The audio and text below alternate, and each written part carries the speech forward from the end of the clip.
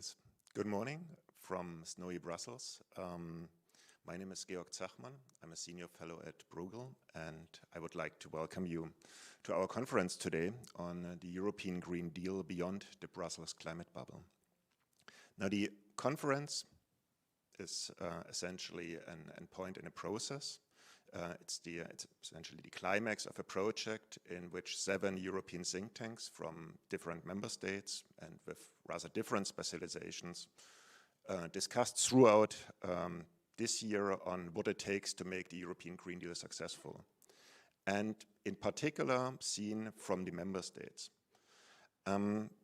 What I thought was an interesting feature, or maybe the most interesting feature of this project, was that it was not constructed around climate policy as such. So if you think European Green Deal, the first thing that comes to mind is climate policy. But it was not around climate policy think tanks, but it involved specializations in foreign policy, economics, social policy, and political science. So very different think tanks, some foreign policy think tanks, some more general policy think tanks, some more economic think tanks like Bruegel. Hence, I was really in a long time hoping that that today we can have the speakers together with an audience, and we were betting on that until I guess a few weeks ago to really kind of in practical terms overcome silos and sit together, have a coffee together, and discuss those issues. Now, unfortunately, that's not to happen, but still the ambition of the event today holds. The ambition is to have experts, policymakers, and stakeholders whose main occupation is not EU climate policy. So that kind of have different hats on foreign policy, on social issues and economics, and to discuss what their specific role in the transition can be.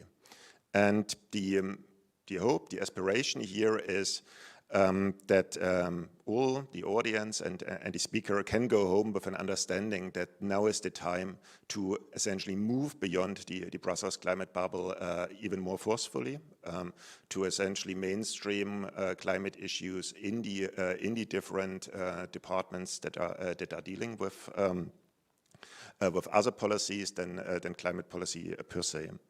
And what we do to kind of showcase that is we have 4 panels today.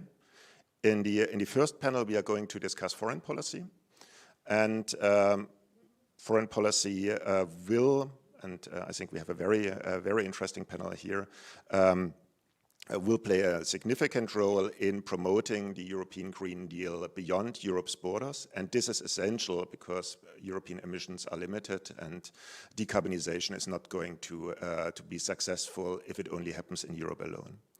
The second panel is on social policy, and I think we are all very well aware that some of the climate policies that we are talking about have significant social implications, and if we do not deal properly with them, then climate policy will not be.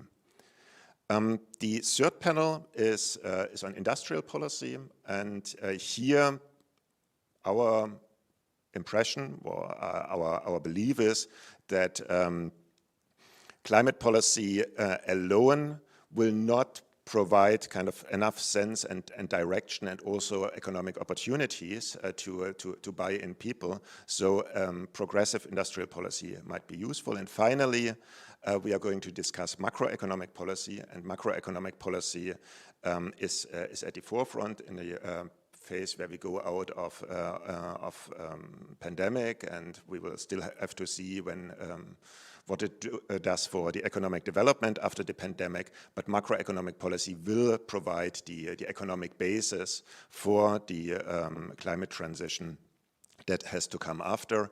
And I think I can only encourage you to all stay until the end, because we will have, I think, a very interesting and high-level discussion in this panel on the green golden rule and the role of climate investments and in debt breaks. So as you can see, these areas are characterized by very different types of actors. So some are regulators, some are central banks, some are ministries, and relations between these actors and very different issues. So I would hope that by the end, of the conference, as I said, we can really strengthen the point that it's now time to integrate climate policy aims into these policy areas.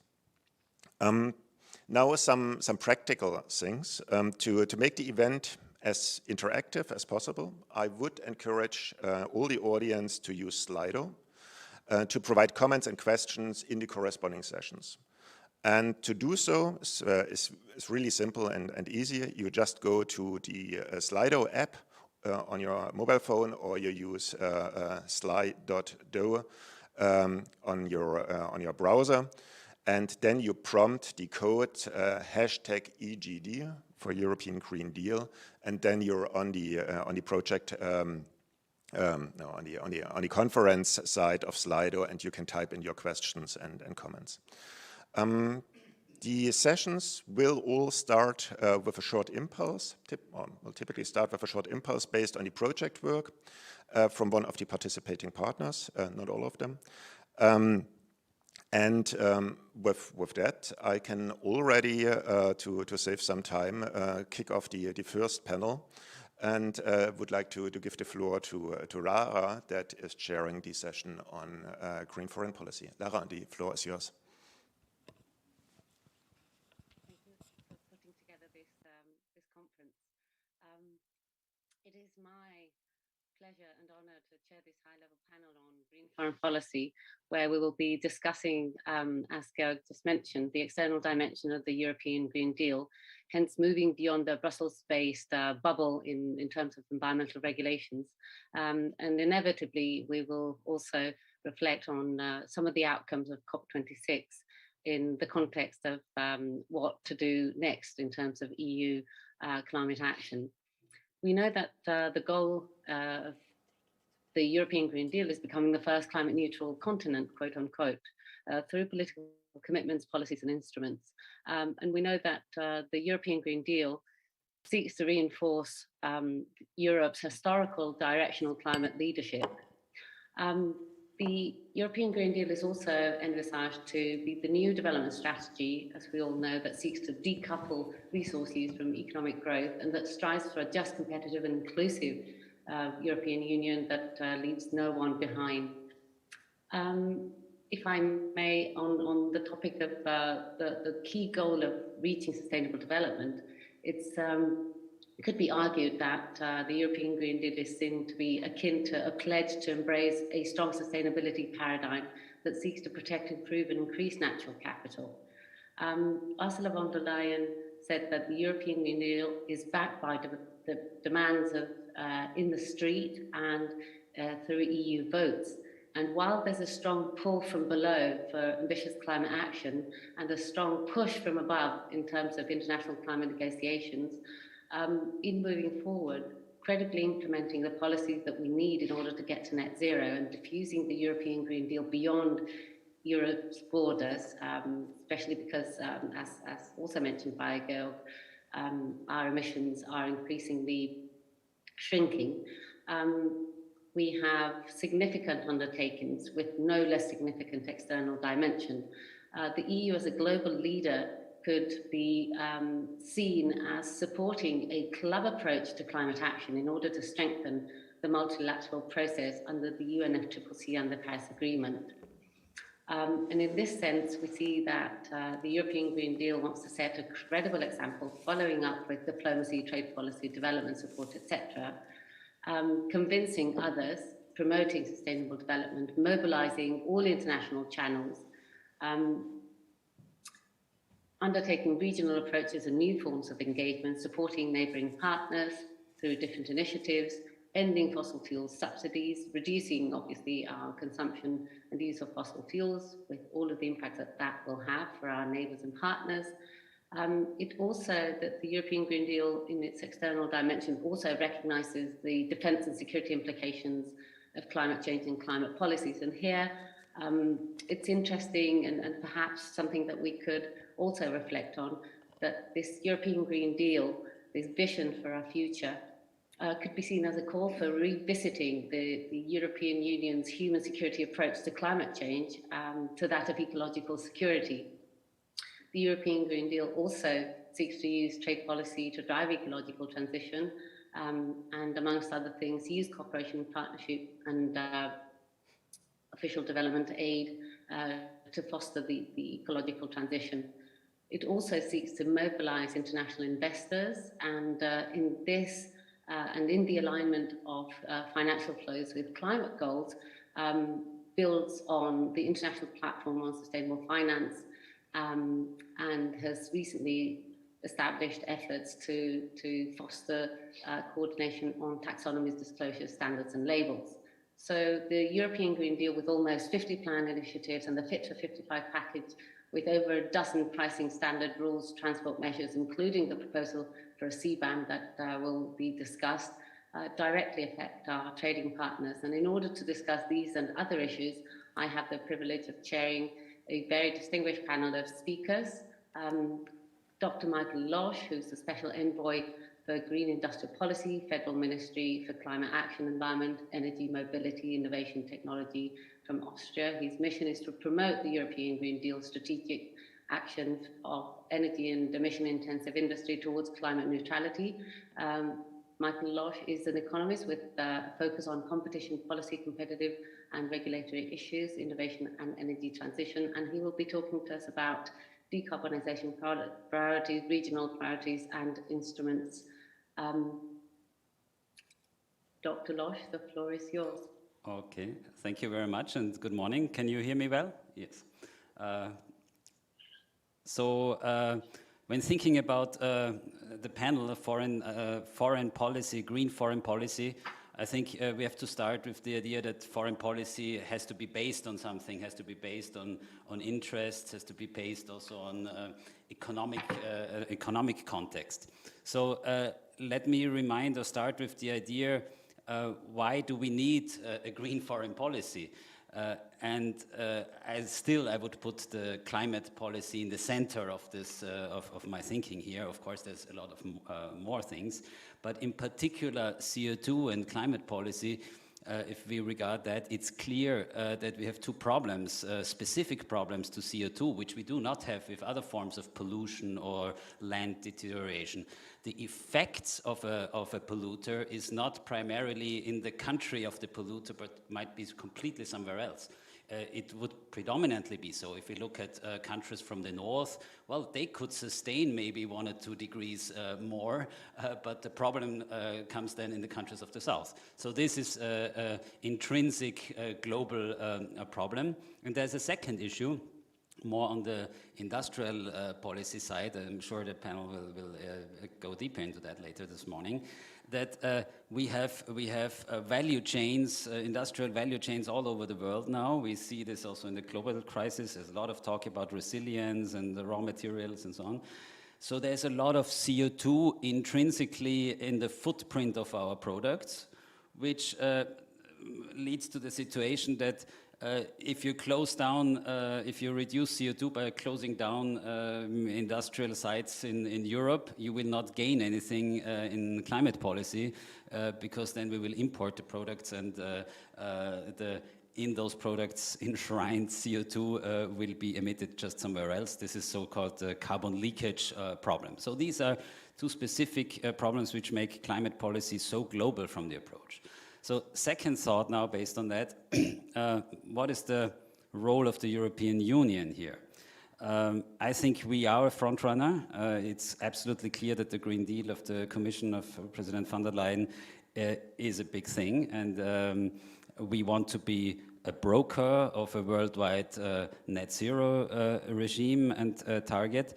But we face the problem, let's be honest, that Europe over the last 15, 20 years lost in importance, basically reciprocally with the rise of China. We have now, we account only for less than 8% of global CO2 emissions. China accounts for more than 30%. And this just changed like 7, 8 years ago. It was still the other way around. And also in economic terms, the European GDP, I checked it up, there are different notions of GDP, power purchase parity and so on, has been overtaken by China. So Europe is not anymore the biggest guy in the room or on the table.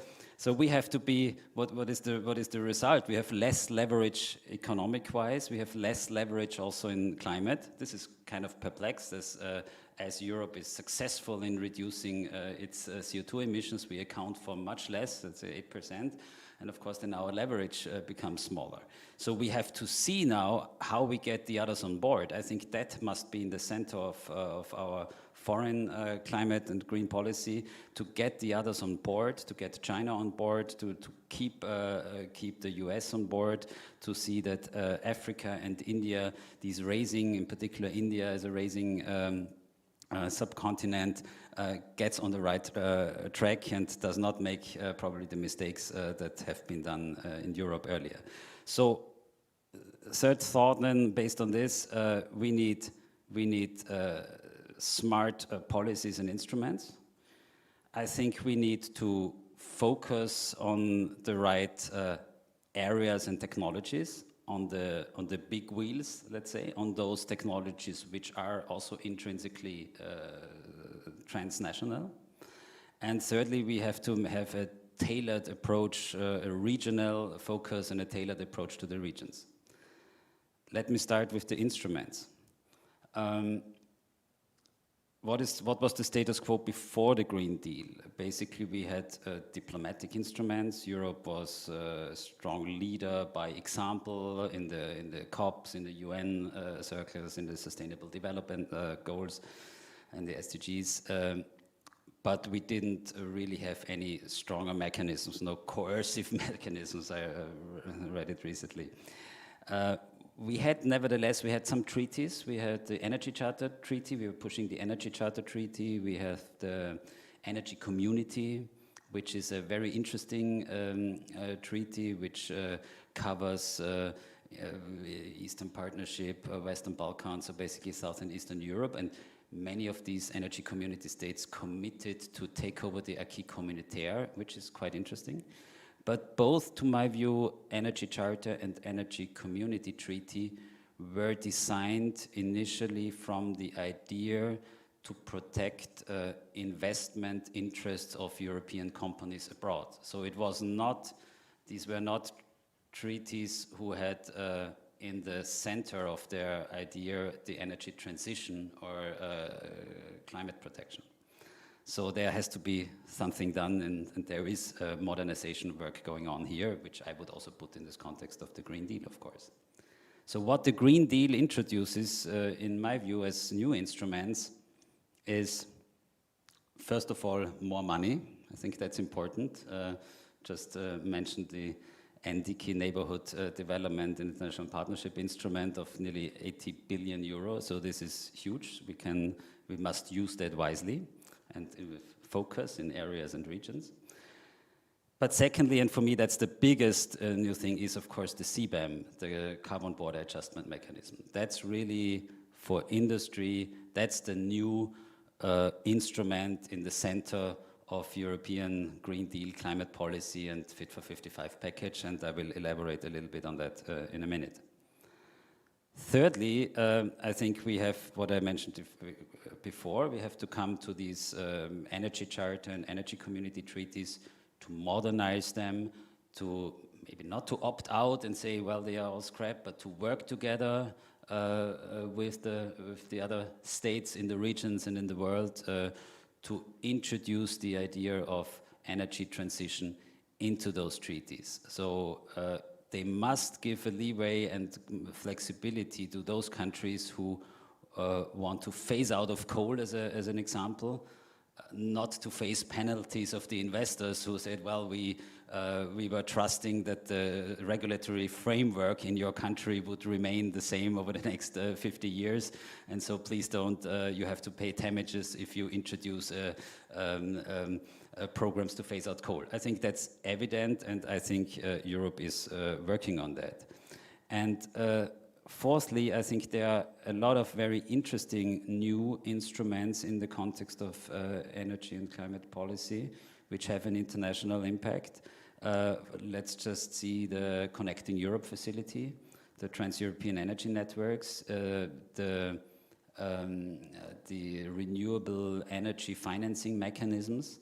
they all were designed in a way that they are not only, they're primarily European instruments for the European market, but they all were adapted so that they could also be applied to countries in the neighborhood.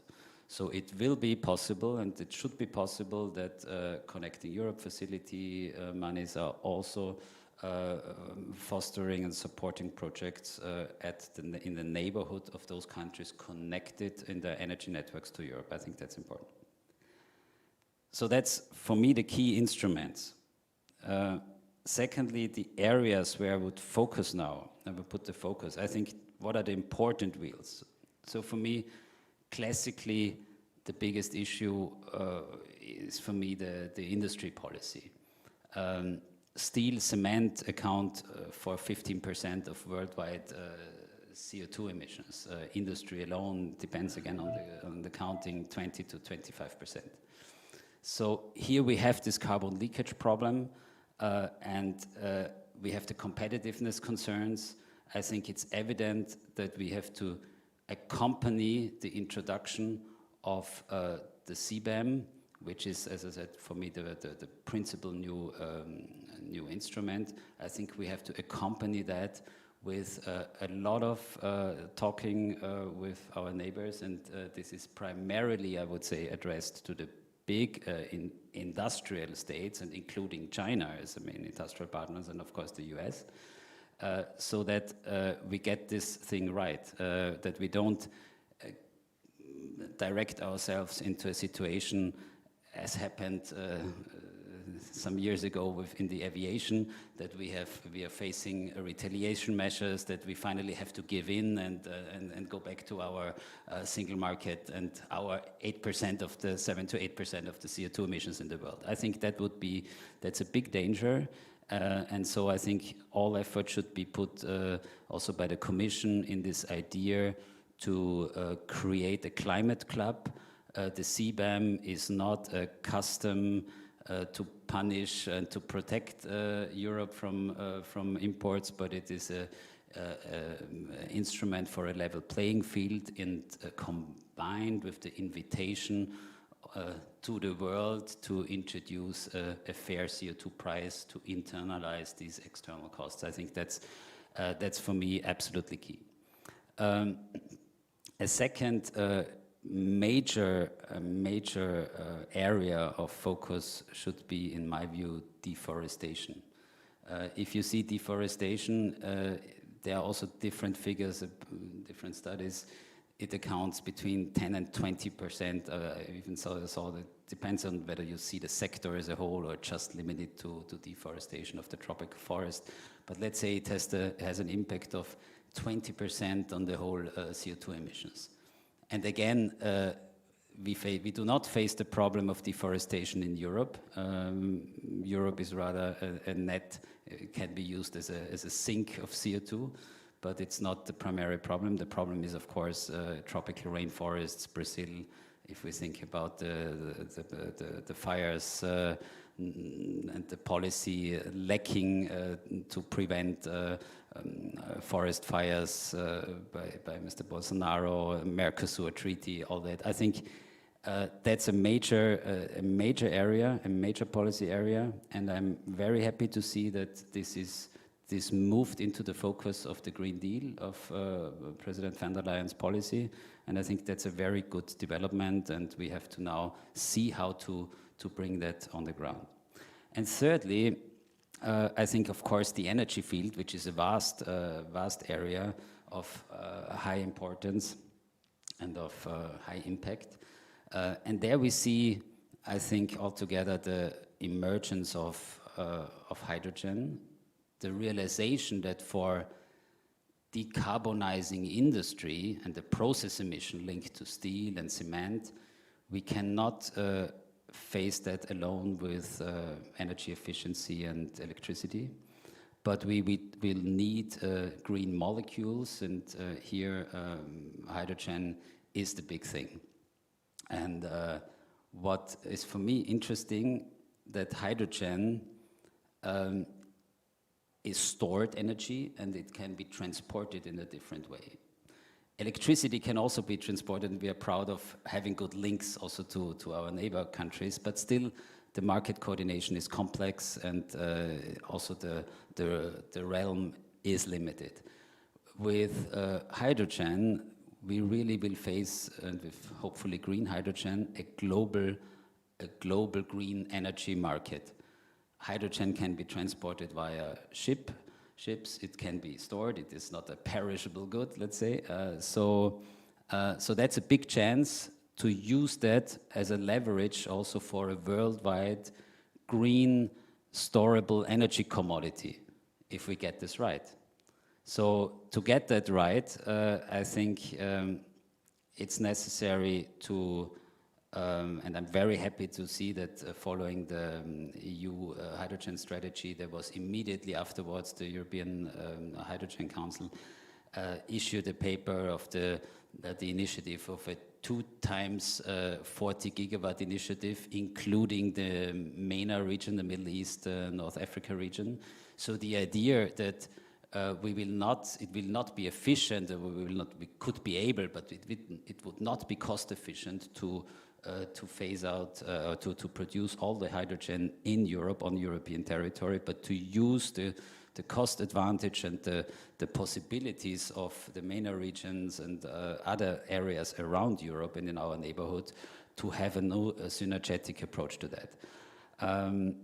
So for me, desert tech is back on the planet. You know, the initiative 10, 12 years ago, it was not a kickstarted in that time, but now it is it's called Desert Tech 3.0. It's not anymore the idea of building electricity lines to North Africa, but it's more based on a local approach and a collaborative approach with those states, and on the idea of using rather the gas grid and maybe LNG terminals and other transport possibilities to transfer the collected green energy.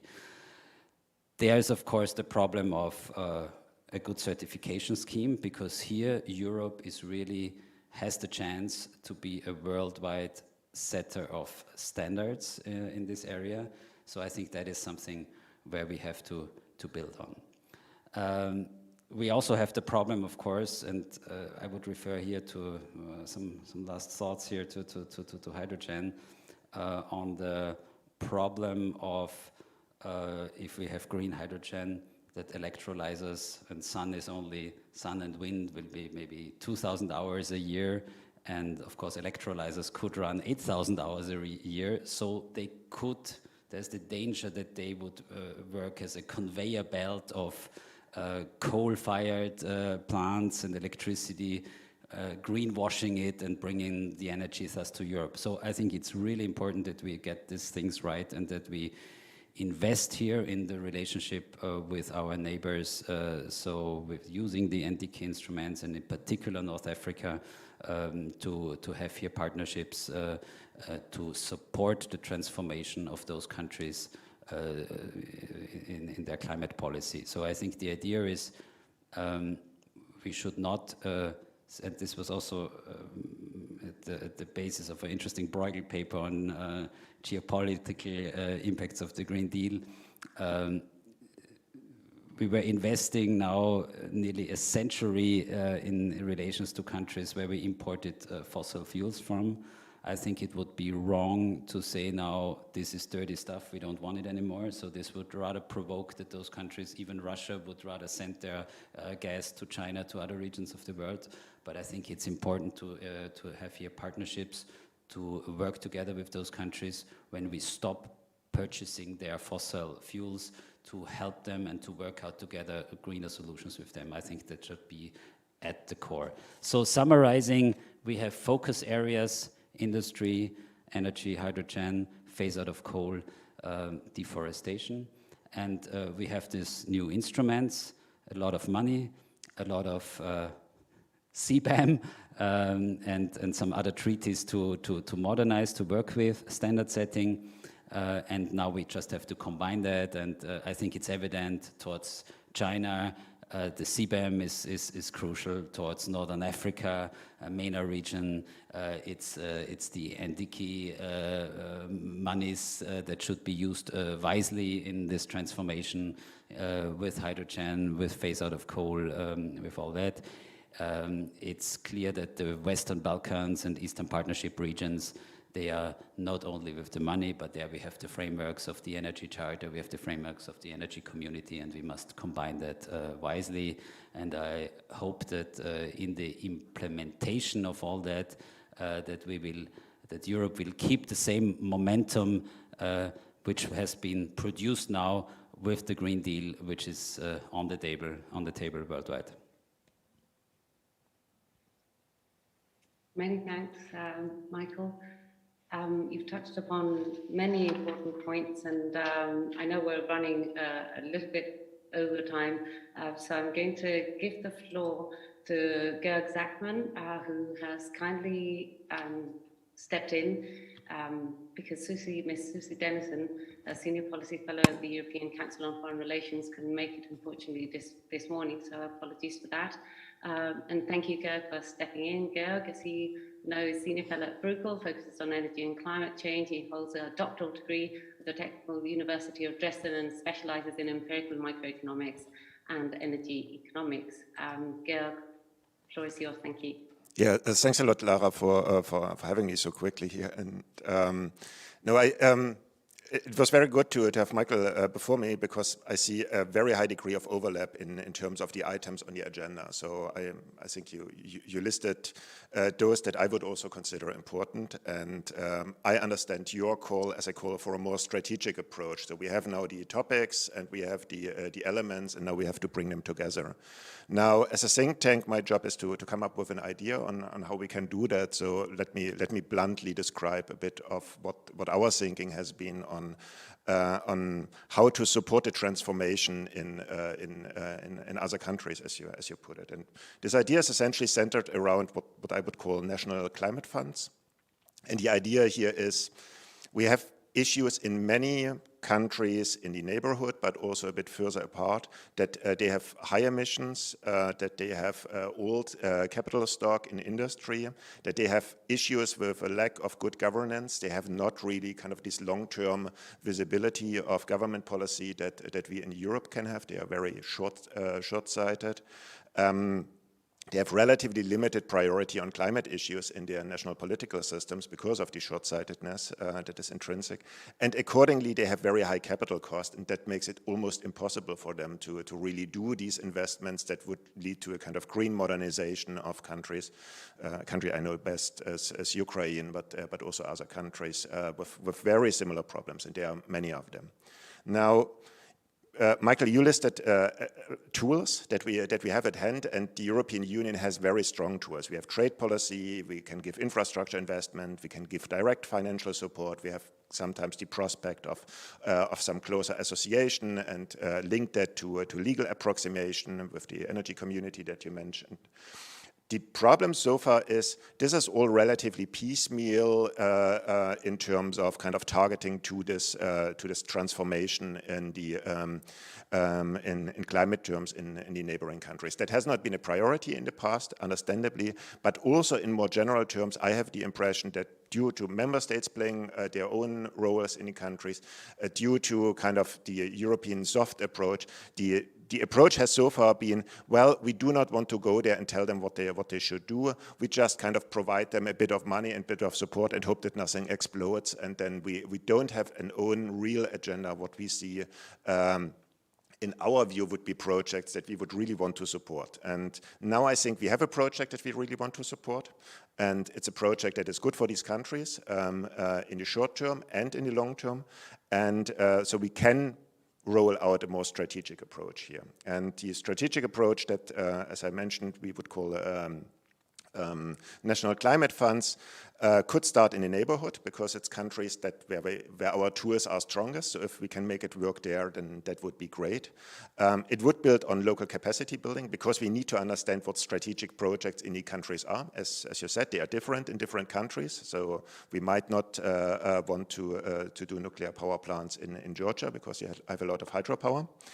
So we need to have the capacity in place there so that they themselves are able to develop their own strategic direction for their decarbonization that we can support. Then we need visible strategic conditionality. So we need to play stronger our cards. We have strong cards, but we need to play them stronger. And one idea that I very much like as an economist is co-financing of carbon revenue. So we just tell the countries, okay, you set up a national climate fund, and Europe co-finances this national climate fund 1-to-1, €1 for 50 cents or whatever, depending on the carbon revenues that you put into this fund. And then the second element is that this fund also has a governance that is kind of co-hosted with European institutions like EIB or European Commission to enable that those projects are really in the long-term interest of the countries, and that they are fulfilling due diligence criteria, not to waste the money in countries with very weak governance system. And finally, in terms of conditionality, there is very often kind of the intention of development banks to give money to projects if they are kind of accepted from the local laws and the local changes, creating some kind of special economic zones for them, which makes it easier for investing, gets the capital cost down, but it's not really transformational for the country. We want kind of an electricity market to function in those countries so that investors can come in and invest there. We don't want a special economic zone for 5 German wind turbines. And I think that should be the transformational aspiration that we have.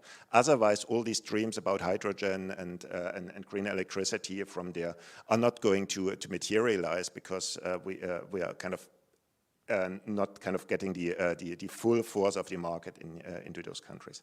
So what I think in terms of requirements is we do not only need money, but we will need money for that, but we need also a lot of strategic thinking and kind of political and administrative capital in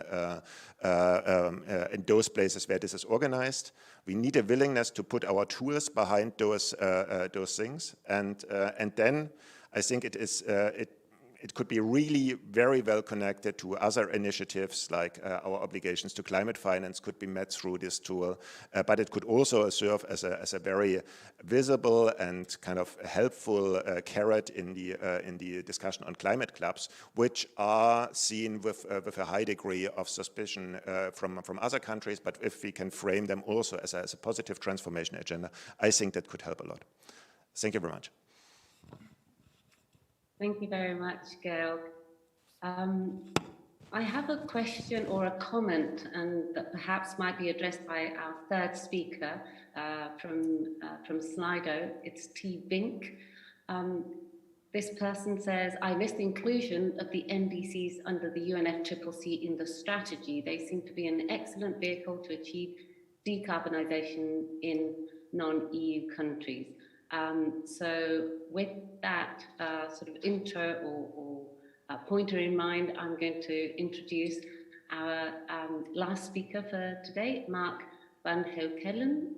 He's EU Ambassador at Large for Climate Diplomacy, former EU Ambassador to the WTO, and he has PhD studies in international economics at the Graduate Institute of International Studies, University of Geneva. The floor is yours. Thank you very much. Thank you. Do you hear me? Yes. Very good. Thank you, Lara, and thanks for having me on your seminar. You, I think, wanted me to talk about what the consequences of Glasgow were for European Green Deal diplomacy, and more specifically climate diplomacy. We should bear in mind that the European Green Deal is about more than climate. I mean, it's about biodiversity, farm to fork, plastics, deforestation, oceans, but I'm not going to cover that in my introductory remarks of today.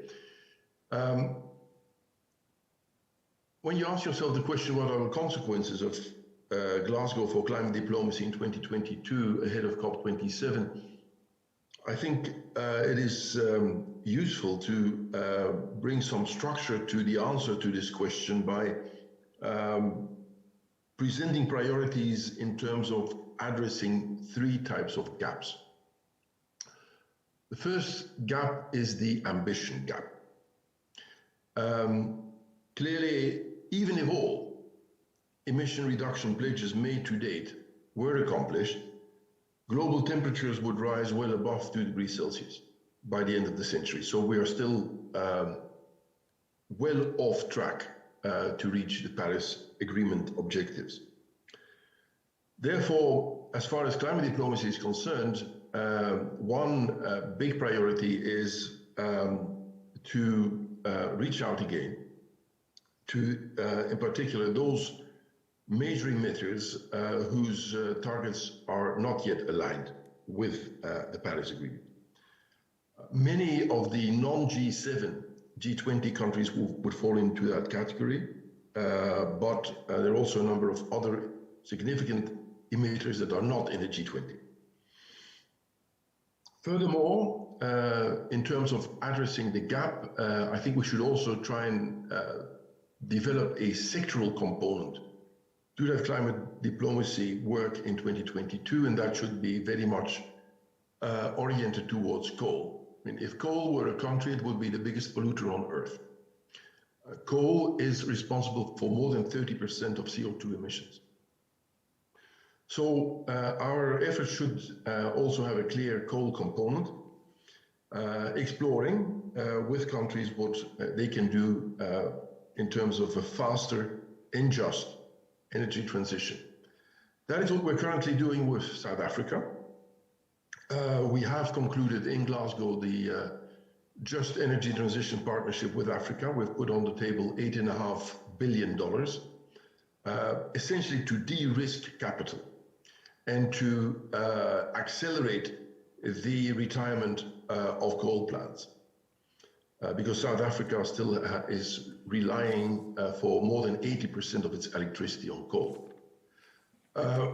Let's see how this works out in 2022 and to what extent it could be replicated in other countries. Of course, that is close to what was just said on national climate funds, the building of country platforms. I think coal should be a focal point for this transition. And obviously, there are quite a number of countries in the world that are still heavily reliant on coal, that we, the developed world, and development finance institutions could help. Countries coming to mind are, of course, Indonesia, India, Vietnam, and then above all, of course, China. But China is not a developing country that we need to help. I mean, they have the capital and the know-how themselves. The second gap is what you could call the solidarity gap or the finance gap. When Glasgow finished, there was the widely held view, especially in developing countries, that the outcome of Glasgow fell well short on climate finance and compensating for the loss and damage of climate change. Under Egypt's chairmanship, it's likely that a lot of emphasis will be put again on climate finance and on loss and damage. We'll have to see what we can do to address these concerns. These concerns are by no means new. They have been actually with us since 1992, since the UNFCCC process was started. We will have to reflect on, what sort of aid can be provided post 2025. Obviously, that cannot be only public aid. We need to redouble our thinking on what could be done through multilateral institutions, the IMF and the development banks, and how to mobilize better the private capital markets to make sure that there is more money going towards developing countries for their mitigation efforts. At the same time, it is high time that we start moving beyond a sterile numbers debate of the 100 billion or you need more than 100 billion a year and how much do you need. I think we need to have a more structured analysis and then discussion on what are adaptation needs? I mean, is there a sound analysis one can put on what adaptation needs are and what has been the effectiveness so far of adaptation funding? To my knowledge, no one has actually evaluated the effectiveness of adaptation finance so far. The third gap is what you could call the credibility gap or the implementation gap. Many countries have now climate neutrality targets for 2050 or 2060, India even for 2070. All these targets lack some credibility because for many at least of them, there is no pathway to get there. So countries need to work now on the pathway to get to their NDC targets for 2030, as well as their long-term targets for 2050. In the past, many countries have missed their targets. We cannot allow this to happen again. So we've got to make sure that there is a much more rigorous analysis on the scenarios and the underpinning measures you need to get to your 2030 targets.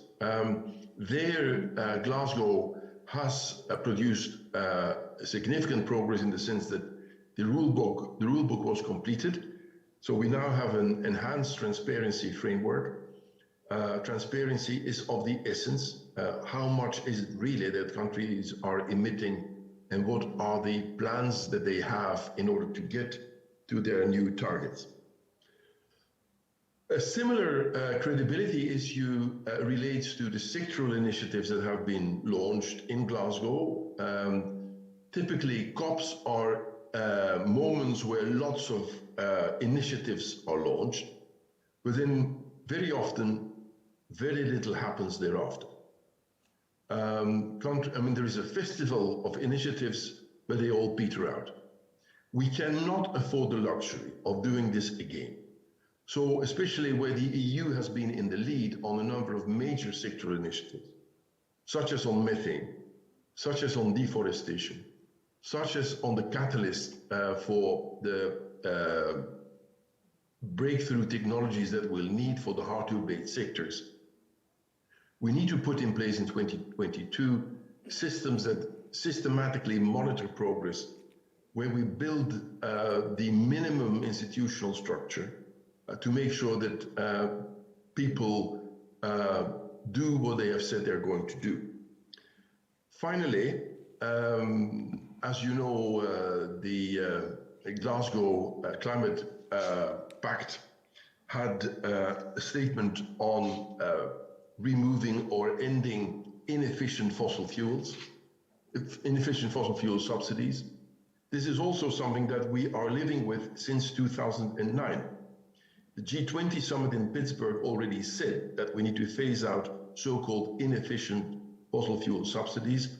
Nobody has defined so far what an efficient subsidy is. I think many of those subsidies are extremely inefficient, but we don't have a yardstick yet for efficiency. But this is another area where there is a major credibility gap.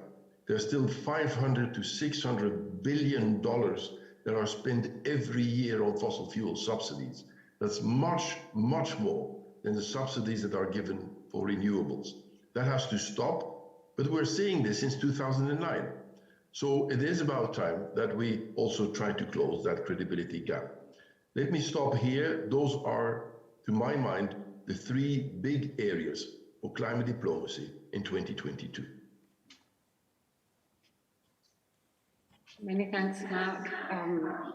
Many issues touched upon there coming out of Glasgow and in moving forward. I think particularly the credibility gap and the finance gap can then spur ambition. And perhaps my question would be, not only ambition has to come from G20 countries, but also from other actors. And in this sense, the monitoring reference that you made and the initiative by the UN Secretary General to start monitoring this global climate action agenda commitments and other bilateral and multilateral commitments is going to be a key instrument in moving forward.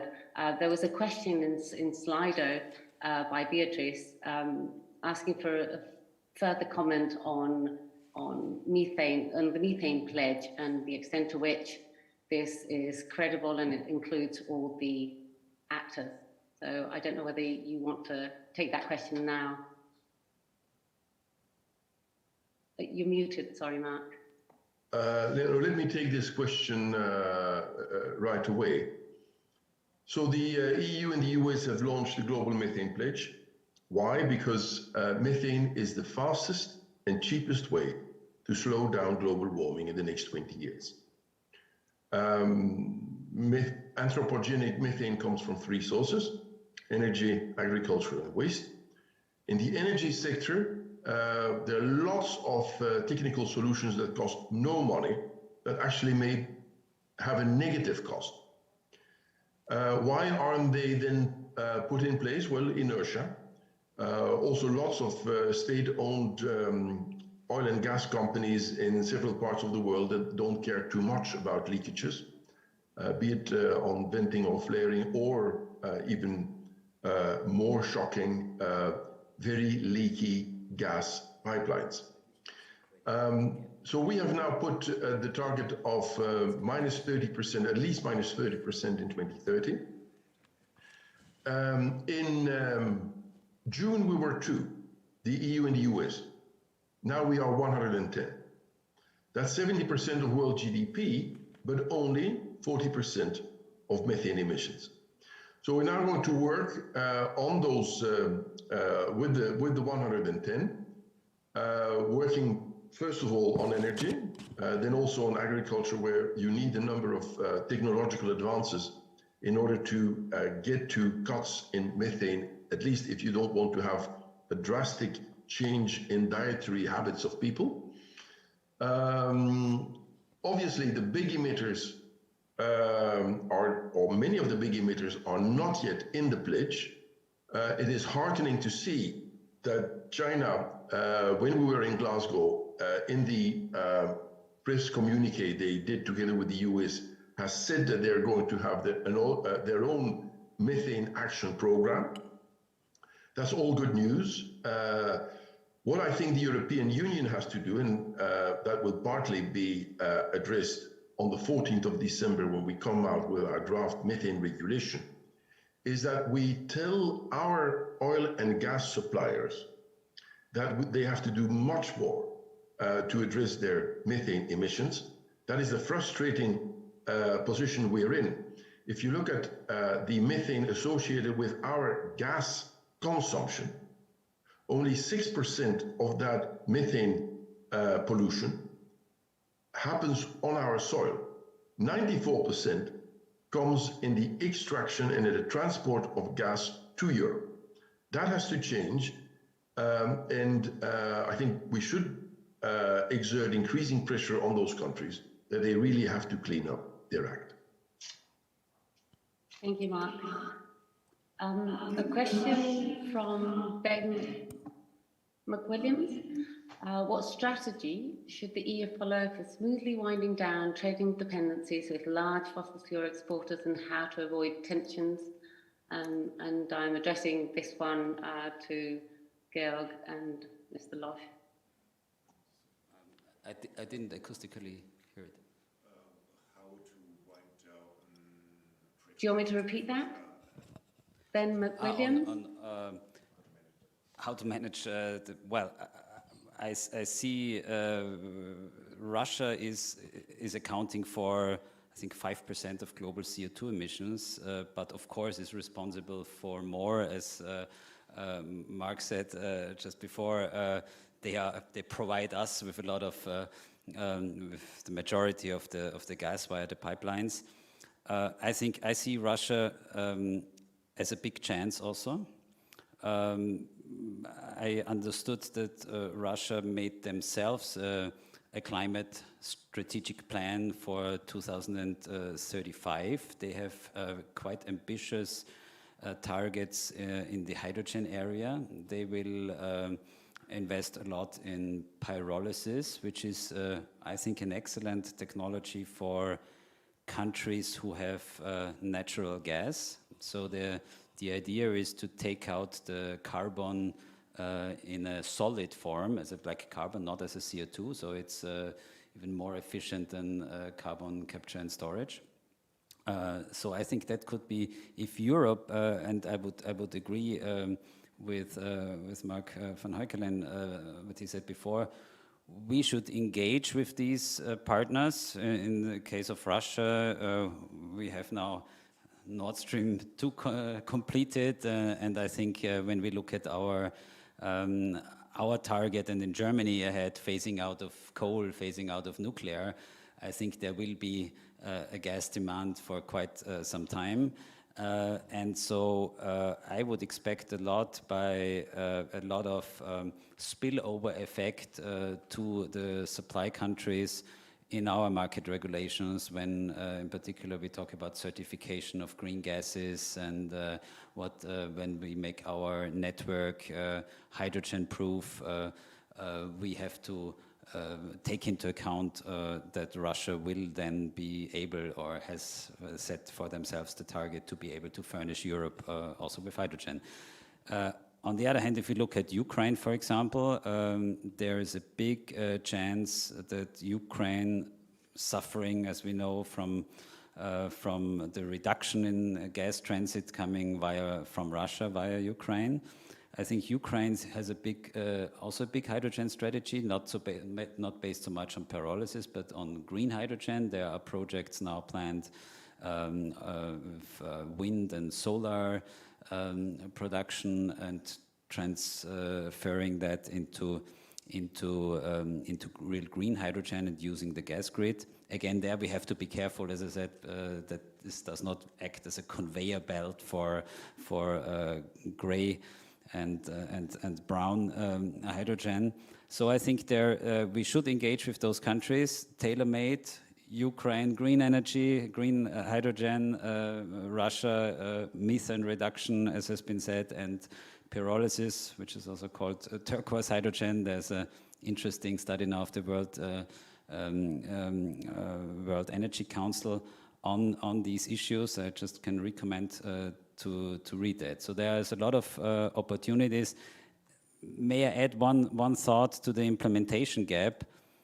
I think it's important in many countries, and from the point of view of our open and market society, that if we use our monies, and I think it's good ideas to co-finance climate funds in neighbor states and what we have to propose to them, but in the end we have to realize there has to be a project pipeline. There has to be companies who engage and invest also private money to leverage that, and to create this dynamic and to create enough projects. There's a need for a stable legal framework for investors, and it's not only the money and doubling the money and pouring more and more money into maybe bad state-proposed projects in some countries with a weak technology base. But we need to give opportunities. I think it's a big chance to give opportunities to European technology firms. Of course, we have to be here open, but I think we have to create the markets and the market rules so that what is invested there has a stable framework, and then we come back to the need for modernization of Energy Charter and Energy Community Treaty, so to take into account a stable framework for the energy transition in those countries. Thank you, Michael. And following on from your last comment, perhaps, Georg, if you could dwell a little bit more into the governance, the weak governance aspect that you touched upon in your presentation, in order to complement Michael's latest point. Yeah, let me first say that it's an excellent question by Ben, because I think the effects will be quite substantial, and it's not easily compensated. because if you see oil and gas extraction in Russia is not it's not the cheapest source globally, and if demand, which will have to decline at some point, it will be to a significant degree in this area, and that means that the whole political system in Russia that is living on rent extraction will have to reorient, which is a great opportunity for the country as such, but for the political system it's a big challenge, and managing that will require potentially a lot of foreign policy skills to find good ways here. I think one element that one should not forget is where Europe can essentially help other parts of the world is the question on how deep the value chains will be in other parts of the world. So far, we are hoping to essentially replace oil and gas by imported hydrogen and electricity, and keeping then other countries as our energy producers. Now, economically, that doesn't make necessarily a lot of sense, because it's easier to transport steel or to transport certain chemicals than it is to transport lots of energy. From an industrial policy standpoint of Europe, it's of course the other way around. Now, I think this balance will be very, very interesting to observe how it emerges in the coming decades. And I think this argument about kind of also compensating to some degree the international losers might also go a bit along this way of having some of the steps of the value chain in those countries, and allowing them to capture more value from the energy that they are producing domestically. Thank you. And just to reiterate my ask before about going a little bit deeper into the governance aspects, and how, for example, we can diffuse our policy instruments or diffuse some of the good practices, or have exchanges with neighbouring countries about how that governance framework could look like. And I'm thinking here about the so-called European climate law, for example, amongst others. Thank you. Now, I think you're touching on maybe the most important point, but it's kind of anchoring the kind of the expectations in those countries, and helping them to give them kind of a long-term pathway that allows investors to go into them. And kind of as long as they remain in this short-sightedness, in the short-sighted political cycles and investment cycles, it will be extremely difficult, and then the West as such can only come in and kind of invest into individual projects, which is not going to be transformative quickly. So helping to provide commitment frameworks by, for example, discussing about the NDCs, and if they are not met, then trying to take diplomatic or take out our toolbox in a credible way, would be very helpful on this high level. I think these climate funds could be a very visible way to create these sort of commitment devices. I'm a bit worried about this idea of carbon border adjustment doing all this job at once, because it's a tool that is kind of relatively binary, and the things that we want to do there might be more sophisticated. So the last word, in my view, is not yet spoken on what a good governance framework from the European side for kind of helping those countries to anchor their climate policies in a longer term could be. But I agree with Mark that kind of we have to monitor this implementation gap very carefully and act upon it. Thank you, Gerd. We also have a few questions on the EU ETS. Two anonymous questions. I'll read them out to you because I know we're running out of time. So the ETS makes exception for emitters of less than 25,000 tonnes of CO2 or consuming less than 35 megawatts of energy. For installations, there are none. Why? And the second question that we have regarding the ETS is what scheme is adopted in the EU, emission permits from a pool outside the ETS, direct emissions, 10 sectors, verified exporters indicators, all exporting countries? I don't know whether... Yeah, but I'm not entirely sure whether that's extremely, so the first question fully relevant for the discussion on foreign policy. Maybe one element on ETS and foreign policy that I would find extremely relevant is the question on Article 6, and maybe it would be very interesting to have Mark say a few words on how he sees the opportunities from Article 6 on international climate policy. So whether that's a good or a bad for Europe that this option is now more clearly on the table. Well, it's still early days to precisely draw the consequences of the completed set of rules with regard to Article 6 of the Paris Agreement. And for us, the most important thing was that you had environmental integrity. In other words, that you wouldn't get double counting, that a country would buy a permit and put that as an element in reaching its NDC, and that the country selling the permit would then nevertheless also do it for its NDC. So that you would have 1 ton that would come in twice. That, I think, has now been addressed.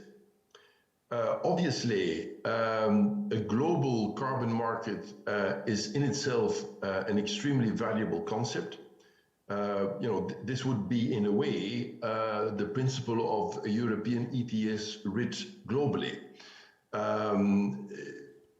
Clearly, you have to cut emissions where the marginal cost is lowest, and that is best then found on a global level rather than on a regional level. So we hope that now the rules are there so that an international carbon market can develop. As I said, there's still a lot of fine print to be analyzed more carefully. Then I would say that then international operators international carbon markets could be set up by private operators who could act as brokers. The same goes for companies or individuals even who want to buy permits on that market, and it could also be a source of climate finance. So I think it is a good thing that now, after 6 years of discussions, the rules of Article 6 have now been finalized. Hopefully in 2022, we then understand precisely what has been agreed, and then markets will develop, and that will be a good thing. Definitely, because as we go to more and more stringent targets, the marginal costs are likely not going to become lower. I would like to add here just on the CBAM, because Georg, you just said, well, you had a little bit skeptical view on CBAM solving all. Of course, it's not a silver bullet, but I think, as Mark said, I see the main dimension of the CBAM not in punishing others to do something, but it's really an important step of enlarging the capability and the possibilities also of European climate policy to proceed with the internalization of external cost with a CO2 price. We were so far, and that's also a small answer to the other question, we have a European ETS scheme. It's more a subsidiarity question that you don't cover all the smaller, that you have a certain minimum threshold of size in the system. And so far, we said we have an ETS system, we give a carbon price, but we grant free allocation to all those, to a lot of sites. And we had to do this because of competitiveness concerns. So again, the CBAM offers the opportunity, and of course this is now under tough negotiations with the industry sectors because they fear that the free allocation will diminish, and it has then a triple effect on it. It's not only the money collected from the CBAM from the third country imports, there will be an effect of less free allocation, so a fairer, higher CO2 price in Europe, and because of this a more coherent ETS and world globally embedded system, there is expected to have a higher CO2 price in the end, so which is a third source of income. So all together, and then combined with the ideas of Franz Timmermans, for example, with the Commission expecting that the proceeds and money fed into the EU Innovation Fund would rise up to nearly 50 billion from now expected 20-25 billion. So there's nearly a doubling of the monies which would be given back for innovative projects of the energy-intensive industry. So this is a very interesting and important effect, and it's not for me the primary effect to force others to do something. It's a chance to have a regulatory framework of internalizing CO2 costs in Europe without losing competitive advantage. Still, there's the problem of exports to third countries. These are the tricky issues here to be negotiated in the Fit for 55 package. Thank you very much. I'm afraid we've come to the end of our time here today in this panel on green foreign policy within the European Green Deal. Thank you very much, Georg, Michael and Mark, for your interventions. Thank you for all of the attendees and their questions. I will then pass on the floor to Maciej Bukowski for the next panel. Thank you very much.